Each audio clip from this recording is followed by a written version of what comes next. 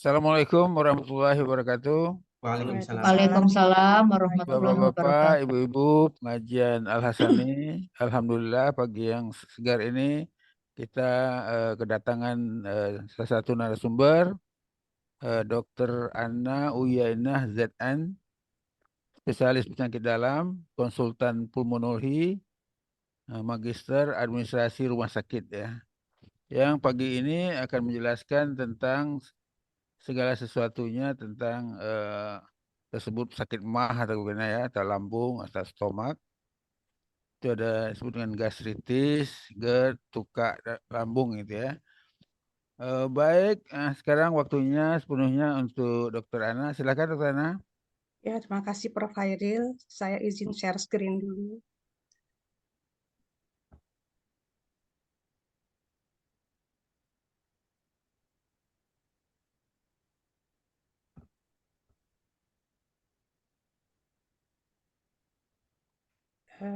Sudah jelas, sudah keluar?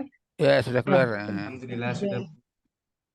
Terima kasih Prof. Hairil. Assalamualaikum warahmatullahi wabarakatuh. Waalaikumsalam. Alhamdulillahirrabbilalamin. Wassalatu wassalamu ala asyrafil anbiya'i wal mursalin wa ala alihi wa sahbihi ajma'in. Rabbi syrahli sodri wa yassirli amri wahlul 'uqdatam min lisani yafqahu qawli. Yang saya hormati Buya Rizal Al-Hasani, semoga semakin sehat Buya. Yang saya hormati Ustadz Dede yang menggantikan Buya saat ini, Prof. Hairil sebagai moderator, Alhamdulillah, dan bapak-bapak, ibu-ibu semua, alhamdulillah pagi ini kita berkumpul di Zoom ini, dan alhamdulillah Allah beri kita kenikmatan sehat, ya sehat sehingga bisa bergabung di Zoom ini.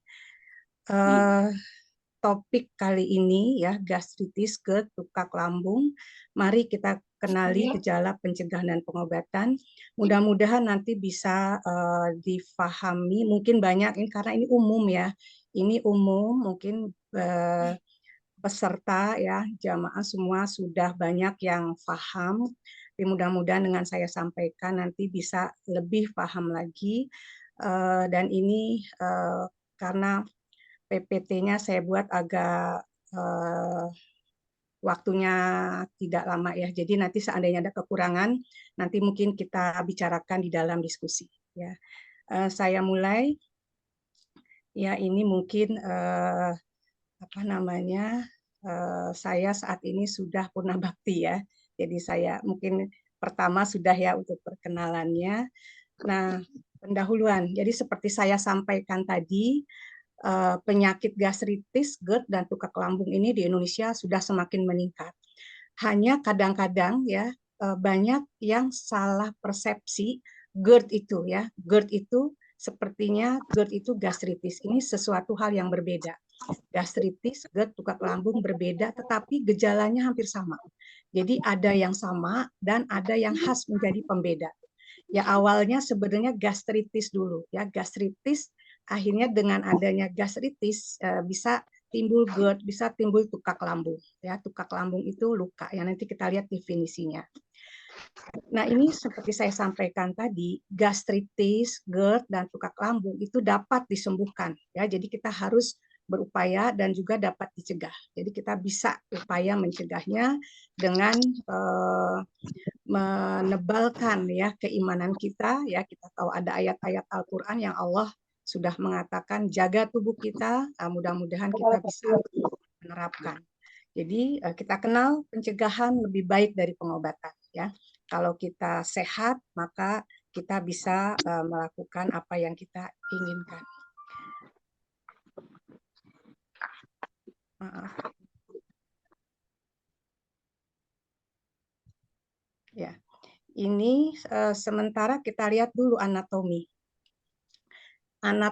dan fungsi saluran cerna ya. Kalau kita lihat di sini mulai dari rongga mulut ya, masuk makanan mulai dari rongga mulut ya, dikunyah makanan itu.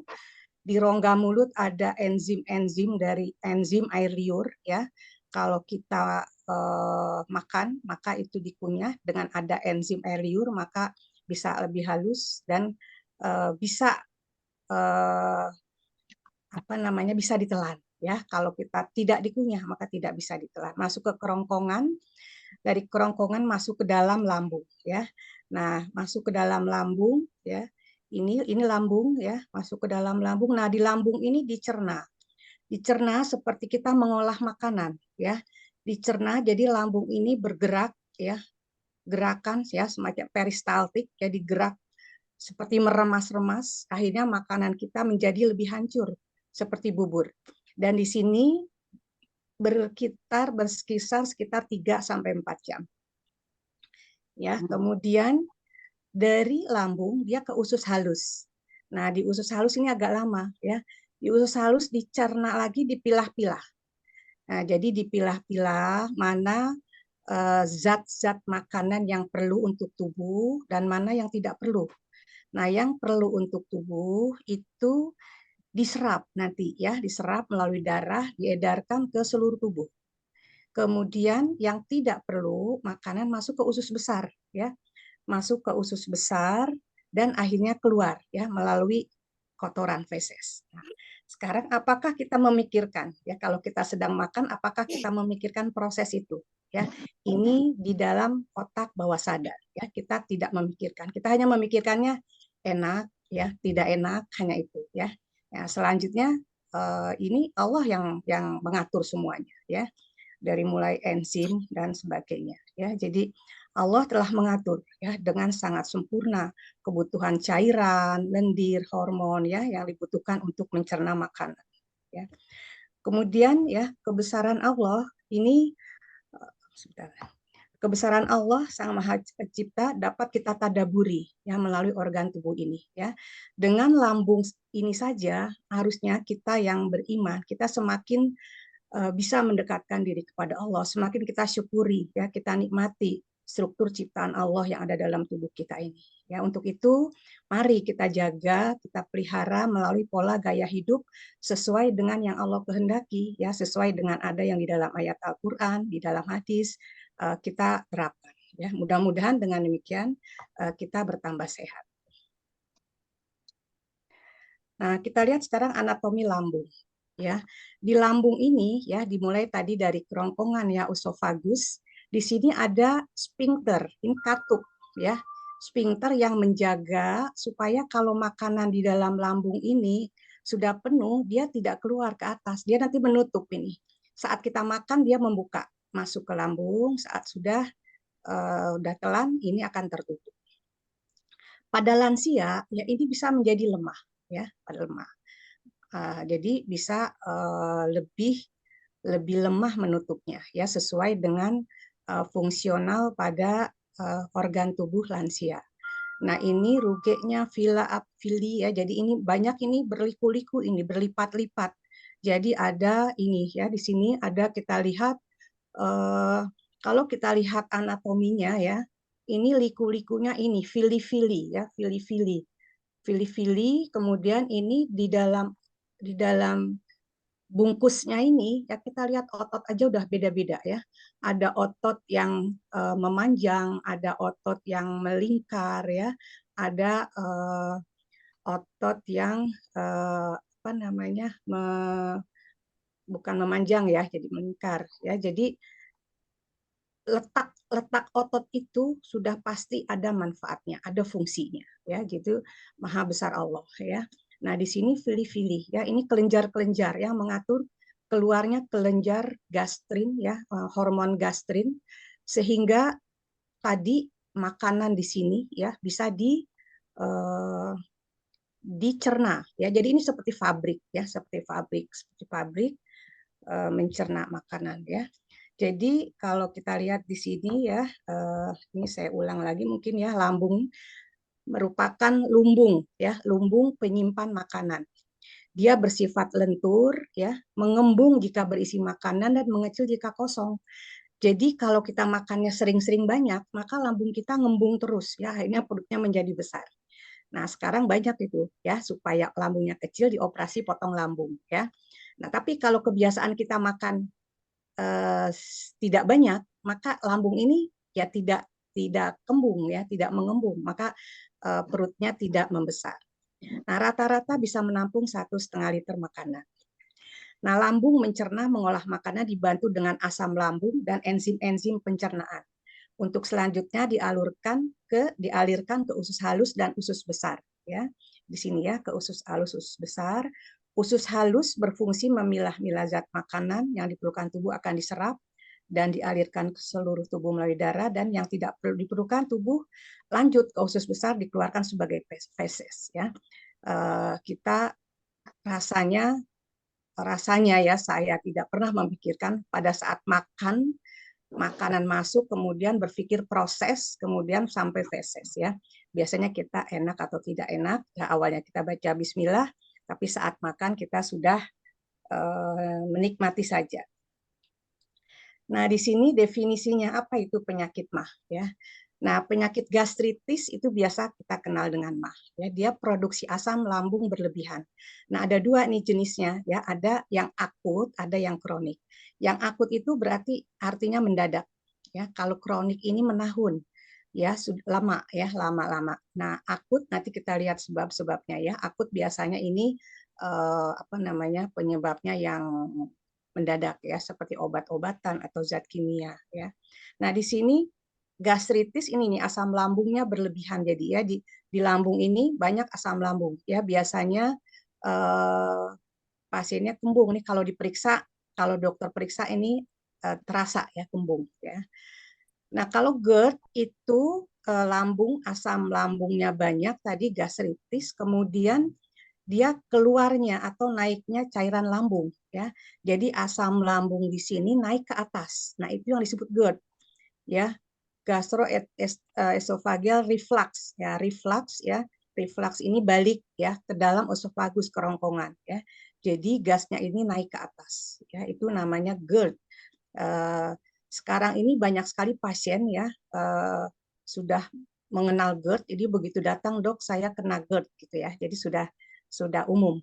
Nah, GERD ini dulu waktu saya awal sekolah kedokteran ini belum dikenal ini GERD ya, baru saya mulai di spesialis penyakit dalam baru GERD mulai ya. Ini kalau dulu GERD itu yang saya kenal itu dulu GERD banyaknya pada lansia ya, lansia yang tidur yang sudah mobilitasnya kurang, yang sudah lebih banyak tidur, kemudian yang juga makannya yang sudah susah teratur. Nah, itu dan tadi klepsnya ya, katupnya sudah lemah, ya itu mudah terjadi GERD. Tapi sekarang anak-anak muda, ya anak-anak muda sudah kena GERD. Nah, apa sebabnya? Nanti kita lihat ya. Nah, kemudian kalau tukak lambung, di sini kerusakan jaringan, kerusakan lapisan lambung atau iritasi yang terus-menerus sehingga menyebabkan luka ya, kadang menimbulkan perdarahan lambung. Ini ada luka ya. Dia penyakit gastritis, penyakit MAH, tapi diobatinya tidak sesuai ya, tidak sesuai. Kadang-kadang ada masyarakat itu mencoba-coba. Oh, katanya obat lambung pakai ini, katanya pakai ini, tapi akhirnya makin berat, kemudian terjadilah luka ya. Atau luka ini juga karena obat-obatan yang tajam bisa juga ya, atau makanan yang merangsang. Nanti kita lihat penyebabnya. Nah, di sini kita lihat penyebabnya. Infeksi bakteri ya. Dari gastritis ini penyebabnya ada yang karena infeksi bakteri tadi, tapi tidak selalu. Ini bakterinya kita lihat di kanan atas ya. Itu namanya Helicobacter pylori ya. Ini kemudian makanan minuman yang merangsang asam lambung ya. Jadi gastritis itu banyak disebabkan karena makanan minuman yang merangsang asam lambung ya, yang rasa asam, pedas, mint, jahe, merica, minuman bergas. Tapi ini tidak untuk semua orang ya, tidak untuk semua orang. Bagi orang-orang yang sensitif ya, ada orang yang makan asam ya biasa-biasa, bagi pedas biasa-biasa, agak mint ya. Nah, sekarang itu yang rasa mint, saya baca di WA itu ya, banyak dikirim TikTok itu keripik singkong ya, rasa mint ternyata diberikan balsem ya, diberikan balsem. Kemudian tahu ya, tahu jeletot itu yang pedas, makanan-makanan yang pedas. Nah, itu ternyata ditambah itu dengan biang balsem. Nah, itu bahaya sekali ya. Kemudian konsumsi obat yang merangsang asam lambung. Banyak obat-obat yang merangsang asam lambung ya. Jadi obat-obat yang merangsang asam lambung ini ada obat-obat yang beli sendiri ya, ada obat-obat yang dari dokter. Nah, obat-obat yang beli sendiri yang saya dapati biasanya banyak nih obat-obat anti nyeri. Ya, misalnya pasiennya pusing beli obat nyeri. Kemudian kaki jalan susah, kaki nyeri, nah beli obat ya di toko obat. Nah, biasanya diberikan obat-obat anti nyeri yang biasanya agak merangsang lambung ya, bagi orang-orang yang nggak kuat langsung kena asam lambung ya. Kemudian obat yang dari dokter. Nah, biasanya ini obat-obat pengencer darah. Ada juga yang kuat, ada yang tidak kuat ya. Kemudian merokok dan konsumsi alkohol. Nah, merokok dan konsumsi alkohol ini kenapa bisa gastritis ya? Karena dia merusak ya, merokok bisa merusak mukosanya, mukosa lambung ya, menjadi lebih tipis. Jadi merokok itu bukan hanya jantung dan paru, dia merusak semua ke pembuluh darah ya, sehingga mudah terkena penyakit. Demikian juga konsumsi alkohol. Kemudian sering terlambat makan ya, kecuali saat berpuasa. Kalau berpuasa itu kan sudah otak itu sudah sinyalnya sudah nyambung ya ke hormon-hormon ya. Jadi sudah terjadwal ya, nanti laparnya pada saat buka puasa ya. Jadi kadang ini yang sering terlambat makan, yang tidak makannya tidak beraturan ya, itu bisa menimbulkan asam lambung yang berlebihan. Nah, stres psikis yang terus-menerus ya, kalau stres psikisnya langsung bisa teratasi nggak masalah. Tapi kalau stres psikisnya yang terus-menerus ya, terus pikiran pekerjaan, pikiran keluarga terus-menerus tidak teratasi, nah itu bisa asam lambungnya naik ya, asam lambungnya berlebihan. Nah, kemudian ya, ini GERD ya. GERD sama ya dengan gastritis ini ya. Sama dengan gastritis gejalanya ya, penyebabnya, tapi ditambah nih katup antara kerongkongan dan lambung melemah sehingga isi lambung termasuk asam lambung akan naik ke kerongkongan ya. Sering terjadi pada lansia. Nah, kemudian sering berbaring setelah makan. Nah, kita kan kalau sudah makan ya, pinginnya rebahan ya. Nah, ini kalau mau rebahan itu rebahannya bukan berbaring tapi duduk ya, atau berbaring pakai bantal tinggi gitu ya. Jadi supaya tidak terjadi GERD. Kemudian obesitas ya, obesitas ini juga bisa. Karena apa? Obesitas itu biasanya perutnya kan besar. Jadi begitu habis makan sering menekan ya, menekan perutnya, asam lambungnya ke atas ya, sering-sering menjadi GERD ya. Kemudian tukak lambung ya, awalnya juga sama dengan penyebab gastritis. Nah, ditambah lalai dalam mengobati penyakit gastritis, lalai dalam menjaga pola makan, atau konsumsi obat bahan kimia yang bersifat sangat mengiritasi lambung ya. Ini bisa nih ada makanan mengandung bahan kimia ya yang tajam, itu bisa ya mudah ke tukak lambung. Kemudian juga obat ya yang sangat mengiritasi lambung bisa menjadi tukak lambung. Ya, itu penyebabnya.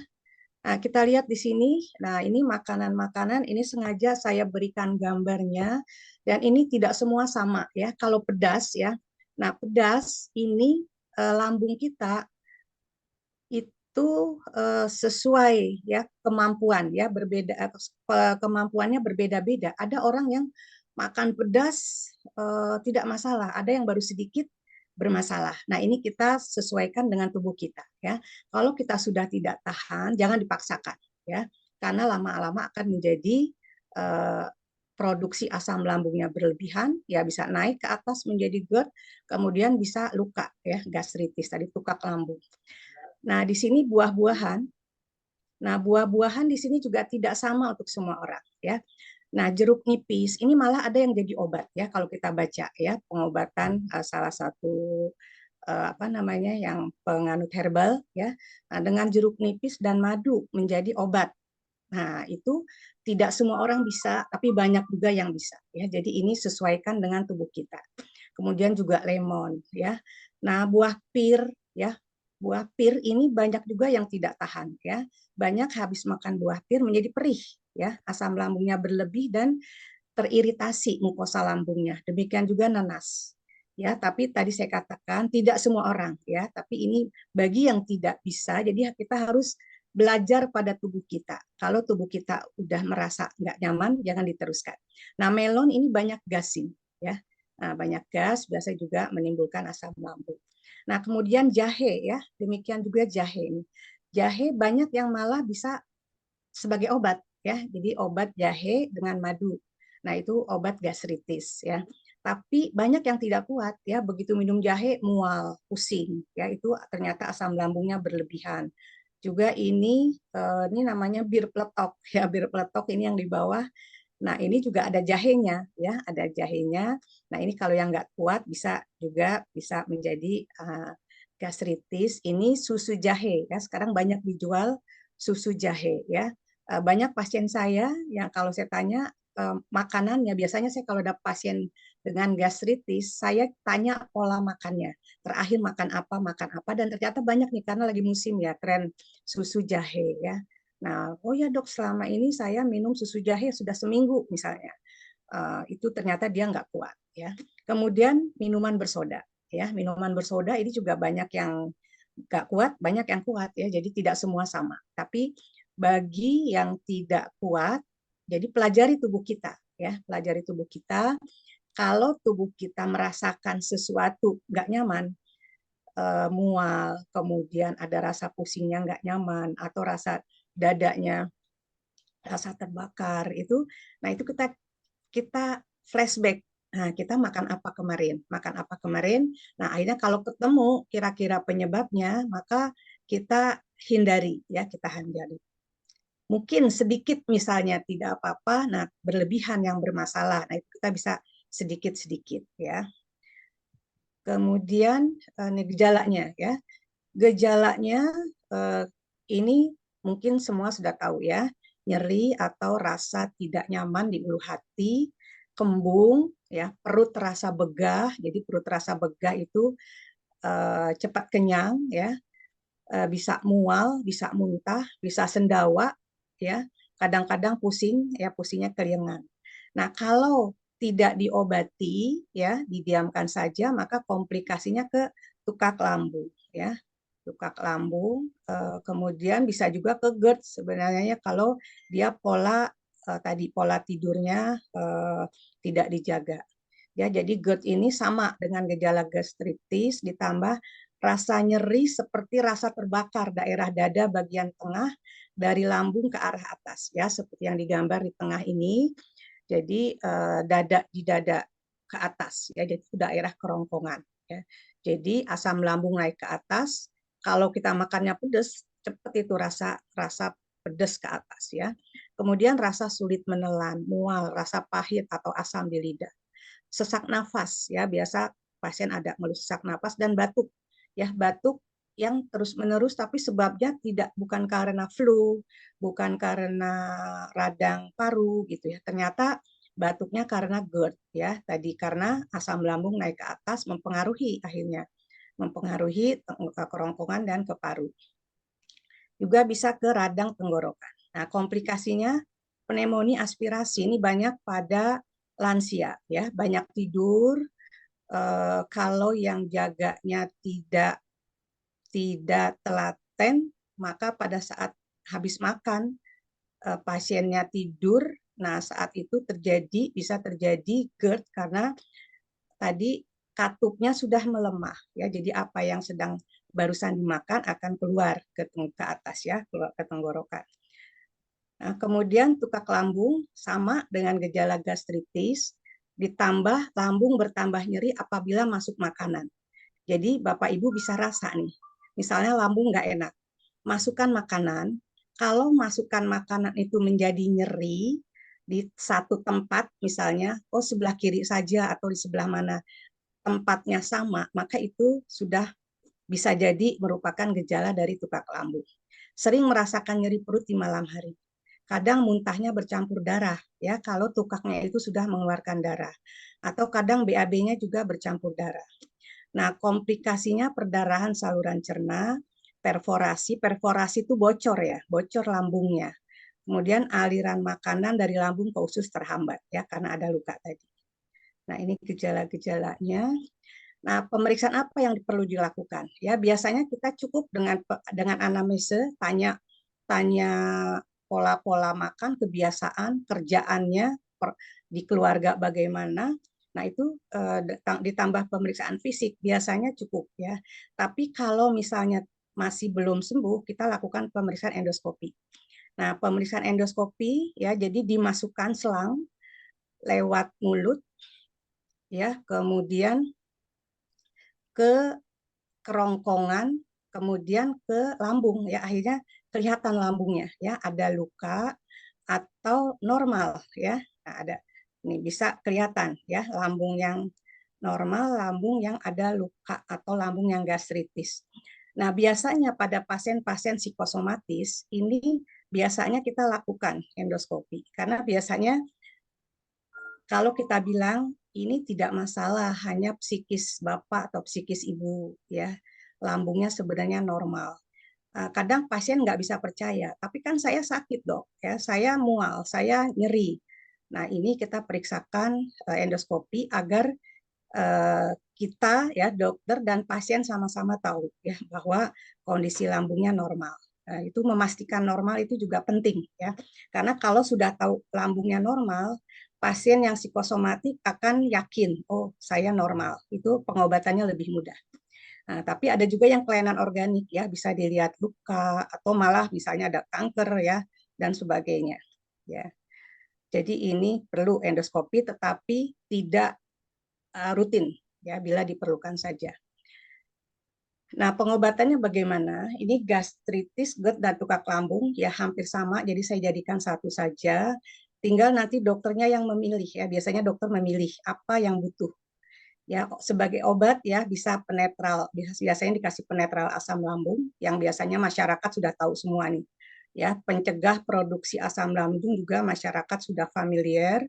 Kemudian penghilang rasa nyeri lambung, pencegah mual, muntah, proteksi mukosa lambung. Jadi supaya mukosa lambungnya terproteksi ya, tidak mudah pengaruh asam lambung dari dalam dan asam dari luar. Kemudian psikoterapi bila diperlukan ya, kalau misalnya pasiennya belum sembuh ya, kemudian kita lihat ada masalah ya di keluarga atau di kantor ya atau dengan teman-temannya, itu bisa kita lakukan psikoterapi ya. Jadi tidak semua ya, biasanya dari cara pasien berbicara kita sudah tahu ya. Kemudian pembedahan bila diperlukan ya, misalnya pada tukak lambung yang perforasi ya, yang bocor misalnya ya, perlu dilakukan pembedahan. Nah, pola gaya hidup ya, pola gaya hidup ini pola makan ya. Jadi pola makannya yang biasanya pedas, misalnya sekarang dikurangi. Jadi pola makanan yang tidak pedas, tidak asam, yang tidak bergas, tidak merangsang produksi asam lambung. Ya, kadang-kadang pasien suka bilang, tuh kalau nggak pedas nggak enak dok. Gitu. Ya, paling saya bilang tinggal pilih mau makan enak atau mau penyakit tetap gitu ya, atau mau penyakit sembuh. Ya, jadi tinggal pilih. Nah, pasiennya harus diberikan pengertian. Dia tinggi serat ya, buah dan sayur ya, biasanya ini dengan tinggi serat jadi lambungnya lebih mudah lebih baik. Biasanya untuk buah sayur ini yang dikenal tuh ubi ya, ubi jalar yang mengandung vitamin A. Ubi jalar mengandung vitamin A, itu bagus ya untuk lambung. Tidak merokok dan konsumsi alkohol ya, kalau pasiennya merokok, konsumsi alkohol segera berhenti karena itu akan memperparah. Kemudian pola makan teratur. Nah, pola makan teratur ini bukan berarti pola makan nasi ya. Kadang orang bertanya, apakah makan nasi itu harus 3 kali sehari? Ya, ya kalau saya bilang 3 kali sehari itu untuk Indonesia. Ya, untuk orang Indonesia, pola makan 3 kali sehari. Kalau sudah makan lontong, bilangnya belum makan. Ya, kalau sudah makan roti, bilangnya belum makan karena belum makan nasi. Nah, sebenarnya bukan itu. Jadi pola makan teratur, lambung kita jangan sampai kosong 4 jam ya. Kita tidak perlu nasi ya, tidak perlu nasi selalu ya. Jadi dengan pengganti nasi juga bisa ya. Jadi teratur. Ada juga orang-orang yang bisa mengatur pola makan dengan baik. Nah, kemudian pengobatan yang penting juga pendekatan diri kepada Allah ya. Pendekatan diri kepada Allah Subhanahu wa taala ini berbagai ya, berbagai macam ya. Bisa dari sholat ya, sholat sunat, bisa dari zikir ya, bisa dari apa namanya seperti kita nih ya, untuk mengurai ayat ya, itu sudah pendekatan diri kita kepada Allah Subhanahu wa taala. Dan itu mengurangi ya, dengan kita misalnya, kalau saya biasa ke pasien istighfar saja, dengan istighfar tapi dengan ikhlas gitu ya. Istighfarnya bukannya astagfirullah astagfirullah gitu ya, bukannya sambil kesel tapi sambil ikhlas. Itu menurunkan asam lambung ya. Dengan asam lambung berkurang maka gastritisnya akan GERD lambung akan sembuh ya. Jadi itu untuk pengobatan. Nah, sekarang pencegahan ya. Pencegahan untuk gastritis nih, hindari makanan, minuman, obat-obat yang merangsang asam lambung. Nah, biasa pasien-pasien sudah pandai-pandai sekarang ya, kalau misalnya kita beri obat, suka nanya, dok ini obatnya keras nggak? Karena lambung saya agak lemah. Nah itu saya senang tuh kalau ada pasien seperti itu. Nah kita jelaskan, ya ini obatnya aman. Nah yang ini karena obatnya agak keras, maka saya berikan obat untuk melindungi ya, untuk mengurangi produksi asam lambung ya. Jadi itu bisa kita diskusikan ke pasien. Hindari merokok dan konsumsi alkohol ya, karena dengan merokok dan konsumsi alkohol ini juga merusak lambung, mukosa lambung ya. Jadi merokok bukan hanya merusak jantung dan paru, tetapi juga lambung dan pembuluh darah. Ya. Maaf ada bocor ya. Kemudian upayakan selalu berpikir positif ya. Nah, berpikir positif ini memang tidak mudah ya. Kalau kita berpikir negatif ya, sama dengan stres itu ya, proses di dalam tubuh. Dia akan mengeluarkan asam lambung ya. Begitu berpikir positif itu mengurangi ya. Jadi pengobatan itu berpikir positif, mengendalikan stres. Karena stres ini tidak bisa kita hindari ya. Stres kita di mana-mana. Stres kita di rumah, stres kita di kantor, stres kita di jalan, stres kita dengan teman-teman pasti ada ya. Kalau hidup tanpa stres itu juga tidak nikmat ya, tidak semuanya ada, stres senang, stres positif, stres negatif. Nah, ini kita kendalikan stres yang negatif ya. Bagaimana caranya itu bertahap ya, biasanya kalau tidak bisa sendiri perlu bantuan teman atau bantuan orang lain ya, tapi yang tidak menjadi memberat. Nah, mengendalikan stres ini juga bisa dengan pendekatan diri kepada Allah Subhanahu wa taala. Ya, kita ngadu kepada Allah ya. Stres kita apa? Kita bilang kepada Allah, kemudian kita minta jalan keluarnya. Mungkin itu lebih aman dibandingkan kita bercerita kepada teman yang akhirnya menjadi viral gitu ya. Itu pencegahan gastritis. Nah, GERD juga sama, yang seperti gastritis tapi ditambah makan tidak berlebihan. Karena kalau makan kita berlebihan, kekenyangan, kepenuhan, maka mudah naik ke atas. Apalagi sekarang umur kita sudah rata-rata di sini di atas 60 tahun ya. Rata-rata habis 60 tahun. Ya, jadi kalau berlebihan ini mudah ya. Mungkin katup kita sudah sedikit melemah ya. Jadi makan secukupnya ya. Kemudian tidak berbaring dalam 2-3 jam setelah makan. Jadi kalau habis makan baiknya kita jalan ya. Jalan kalau misalnya kita lemas gitu tidak bisa jalan atau sedang tidak nyaman, maka kita duduk ya, duduk, karena kalau duduk isi lambungnya tidak ke atas. Kemudian meninggikan kepala saat tidur ya, saat kita tidur. Tapi banyak mungkin yang sudah kebiasaan dengan tanpa bantal misalnya. Nah, untuk menghindari ini dicoba misalnya cukup satu bantal yang tidak keras ya, setidaknya kerongkongan kita, ya, kerongkongan kita tidak turun, tidak lebih rendah dari lambung, ya, supaya lambung lebih di bawah sehingga tidak mudah naik ke atas asam lambungnya. Kemudian tukak lambung, ya, ini pengobatannya ya mengobati sejak awal, ya, mengobati penyakit mah sejak awal nih pencegahan, ya, supaya tidak terjadi luka, dan juga hati-hati mengkonsumsi obat yang belum dikenal, ya, yang belum dikenal. Jadi tanya ke dokternya apakah obat ini mengganggu lambung atau tidak, ya, itu perlu. Kemudian makanan-makanan yang pedas itu juga yang terlalu, ya, yang lebih dari biasanya itu jangan, ya. Jadi terus kemudian beli obat sendiri itu juga nggak boleh, malah tidak boleh, ya, beli obat sendiri, karena banyak kalau ada rasa pusing, ada rasa tadi nyeri kaki, kalau beli sendiri ke toko obat pasti dikasih obat yang mengganggu lambung. Itu pencegahan. Nah, mungkin sekarang karena ini nanti mungkin dari dokter Pak Ustadz Dede bisa juga menambahkan. Saya melihat dari yang tadi saya sampaikan, maka kalau di dalam Al-Quran kita bisa lihat dalam surat Abasa ayat 24, maka hendaklah manusia itu memperhatikan makanannya, ya. Jelas ini Allah mengatakan memperhatikan makanannya, ya, baik jenisnya, berarti kan baik jumlahnya, ya, halal haramnya, ya, jenis toyibnya, ya, halal dan toyib, serta jumlah, ya. Jadi ini harus kita perhatikan. Allah sudah mengingatkan karena itu mengganggu tubuh kita. Kemudian dalam surat An-Nahl, maka makanlah yang halal lagi baik dari rezeki yang telah diberikan Allah kepadamu, dan syukurilah nikmat Allah. Ya, kita syukuri jika kamu hanya menyembah kepadanya. Jadi ada ini bagus sekali ayat ini, ya. Kadang kita kalau makan kan hanya bismillah, ya, bismillah di depan. Setelah makan kita hanya ya pokoknya enak gak enak.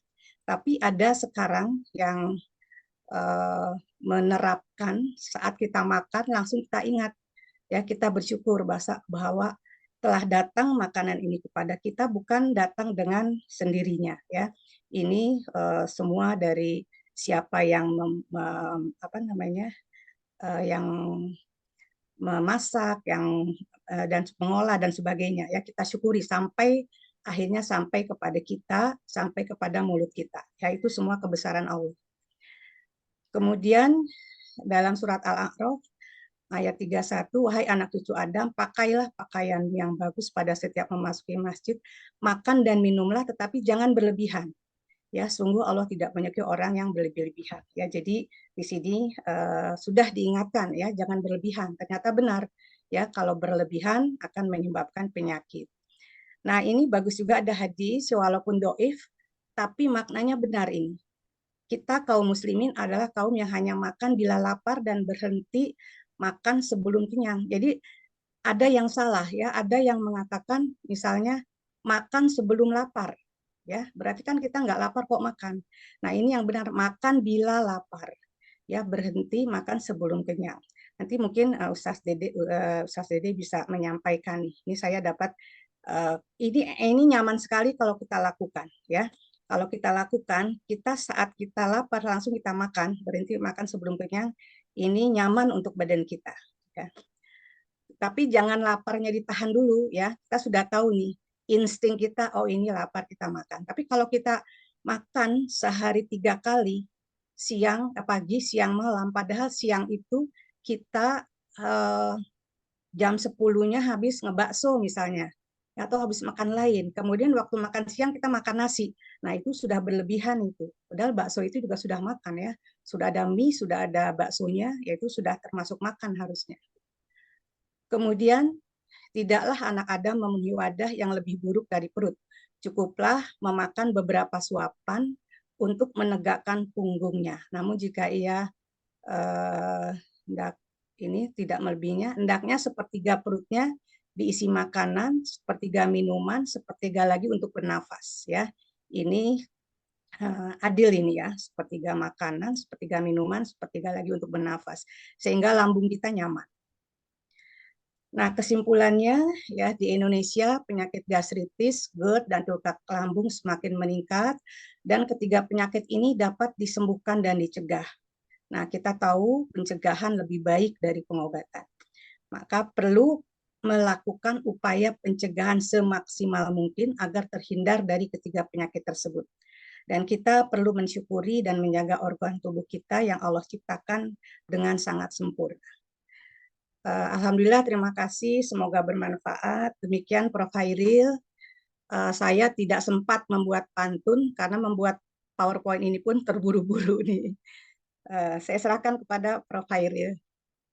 Baik, terima kasih Dokter Ana yang sudah menambah pencerahan untuk kita semua tentang penyakit yang ada hubungan dengan sakit MAH ya. Gitu ya. Kami di Palembang juga begitu. Eh, Kami bukan makan pempek, cuma ngirep cuko kalau kami sini. Oh iya. Ya, jadi Nah, cuka itu itu diminum bukan ya, diminum. ya, itu luar biasa tuh. Cuma pada orang tertentu itu sudah biasa. Ya. Kemudian saya lihat belakangan ini banyak juga restoran yang menunya itu sangat pedas ya. Ya, musim karena kalau nggak pedas nggak laku, Prof. Ya, Hairil.